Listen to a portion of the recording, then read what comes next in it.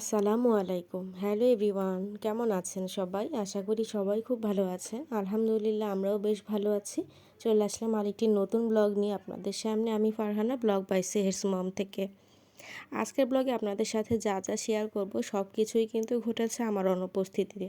কারণ আমি তো গ্রামে গিয়েছিলাম, আর ওই সময়টায় ওই যে বললাম আমাদের বাড়ির যে ভাড়াটিয়া ছিল তাদের তো তখন বিয়ের প্রোগ্রাম ছিল, আর আমি সেটা অ্যাটেন্ড করতে পারিনি। তো ওই সময়টায় আমার বোন খুব অল্প অল্প যতটুকু পেরেছি একটু একটু শর্ট রেখেছিল আমাকে মূলত দেখানোর জন্য, যেহেতু আমি ছিলাম না, এসে দেখতে চেয়েছি। আর ওখান থেকে আমি শর্টসগুলো নিয়ে আপনাদের সাথে শেয়ার করছি।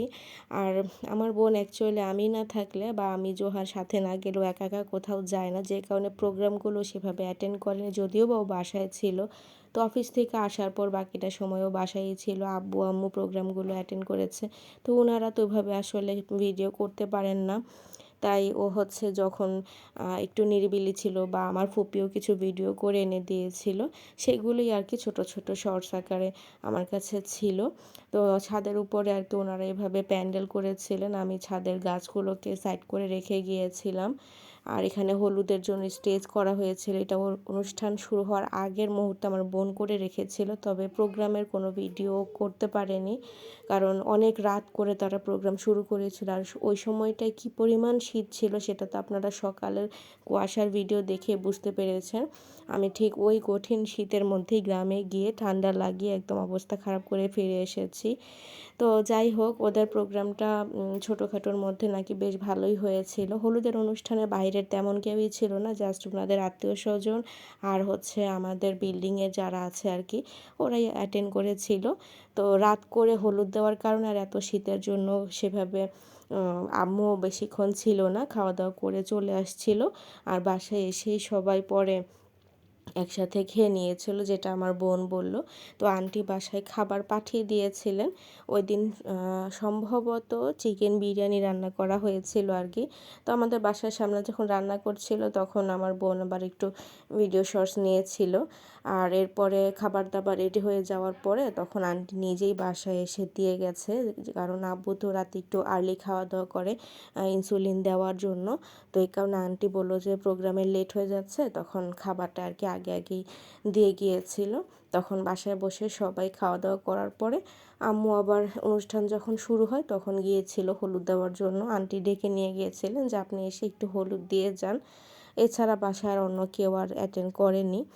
আর এর পরের দিন তো আবার বিয়ের প্রোগ্রাম ছিল সকাল সকালই, কাছাকাছিই ছিল মেয়ের বাড়ি। আর ওনার দেখতে শুনতে পেয়েছি যে বউ নাকি একদম অসুস্থ হয়ে পড়েছিল, জ্বর ছিল সম্ভবত, হওয়াটাই স্বাভাবিক।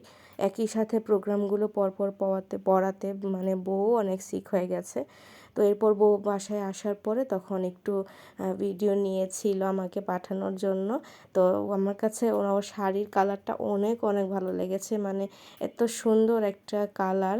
আর তার সাথে যে নেকলেস ডিজাইনের শাড়িটা, এটা আমার কাছে খুবই ভালো লেগেছে। মানে ডিজাইনগুলো খুব বেশি অনেক ঘনও না, আবার একেবারে যে সিম্পল তাও না, খুবই সুন্দর মানিয়েছে বউকে। আর তার সাথে ম্যাচিং করে এই যে যে হচ্ছে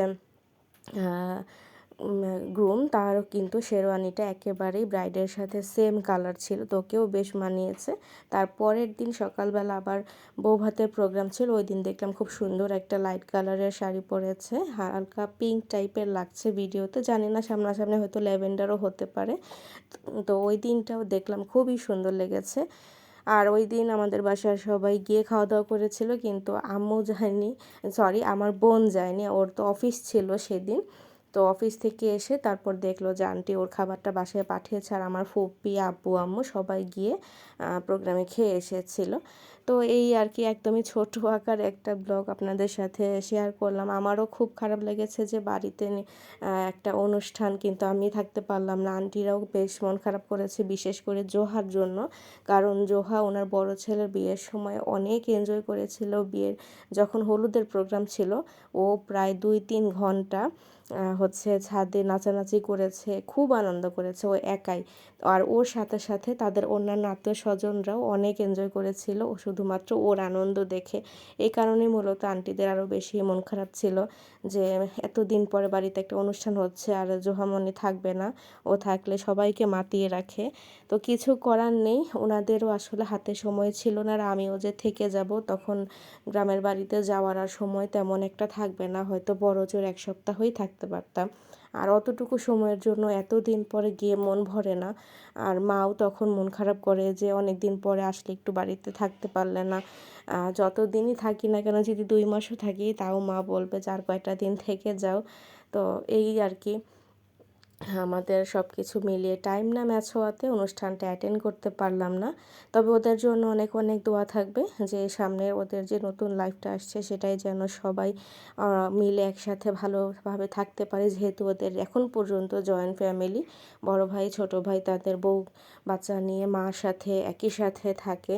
তো এই মিলটা যেন আজীবন একইভাবে থেকে যায় সেই আশাই করব।